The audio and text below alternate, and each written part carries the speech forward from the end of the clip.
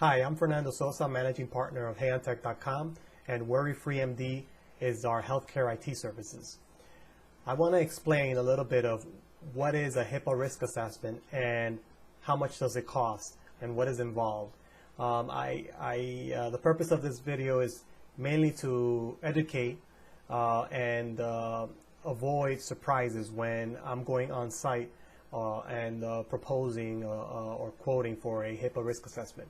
I want to make sure I communicate properly. I have the documentation of what is a HIPAA risk assessment, and I just wanted to provide this visual tutorial as well. The HIPAA risk assessment basically involves two aspects: the assessment itself, or the risk analysis, which is the requirement under HIPAA and HITECH, and then there's the remediation part. The HIPAA risk analysis is meant to uncover any risks that you have in your office.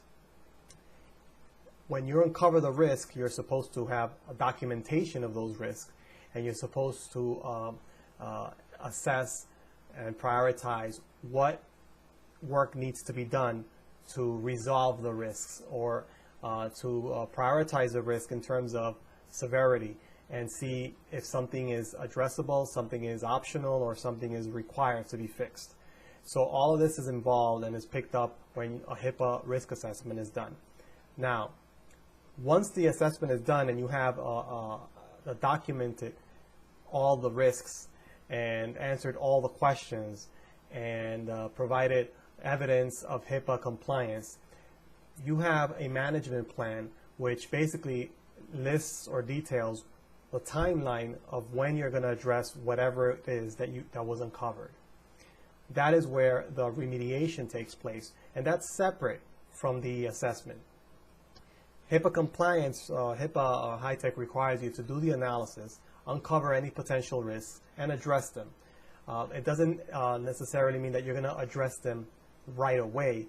As long as you know about them, you document them, and you have a management plan and that says when you're going to fix certain things, then you follow through and complete the whatever it is that you need to fix.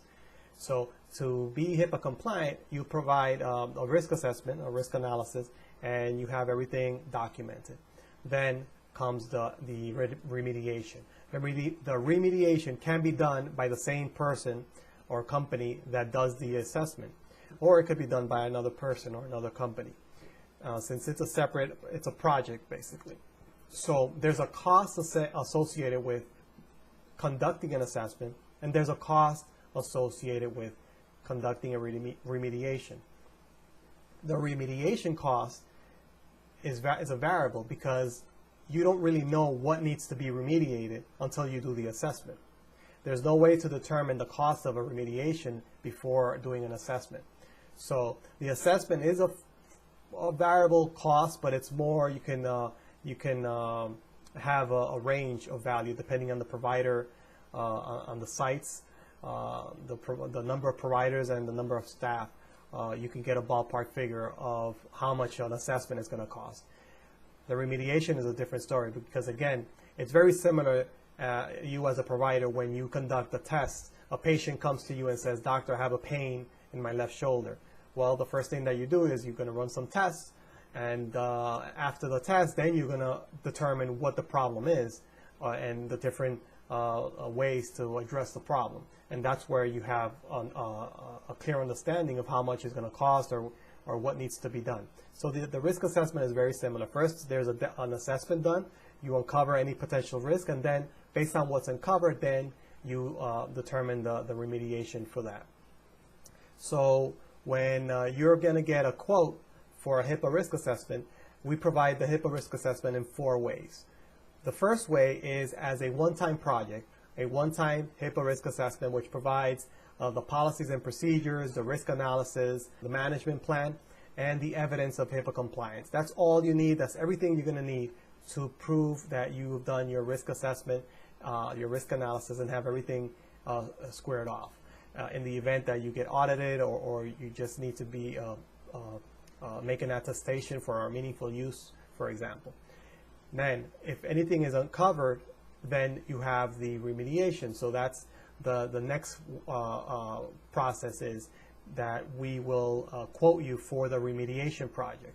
If you do the remediation project, or if you schedule the remediation project right after the HIPAA risk assessment, there's a discounted price for the remediation project. If you let time pass and you decide to do the remediation later on in the future, you may need to do an assessment again, because again, it depends on how your network changes over time. And that's one of the reasons why it's a requirement that you conduct a risk assessment at least once a year. And that depends, that number varies depending on the size of the network, the size of the practice, and different variables. So when you conduct a risk assessment, the ideal thing to do is to do your remediation as soon as possible. Now, the third way is to provide the risk assessment is as a compliance service. And so we have a managed compliance service where we go on a regular basis. First, we do the one-time HIPAA risk assessment, and then with a compliance service, we provide on a monthly or quarterly basis what we call a risk profile, or a worry-free risk profile, where it's a mini assessment that's done on a regular basis, where we're updating the assessment that we did in the first place. So with that compliance service, we capture any issues that come up during the course of every month to month or quarterly, depending on how we do it. So that's the third way, compliance service. And then the fourth way that we provide the HIPAA risk assessment is as part of our managed care, managed services. As part of our managed services, we provide complete network support, and we include the compliance service as part of the managed service plan. So those are the four ways that you can get your HIPAA risk assessment and make sure that your office is HIPAA compliant. Our risk assessment is very comprehensive, and it covers the three areas: the administration, the physical, and the technical area. So that's all that's required from the HIPAA HaonTech rule. I hope this explains a little bit better. And we also have documentation that explains this, and other tutorials and webinars that explain about HIPAA risk assessment. Thank you.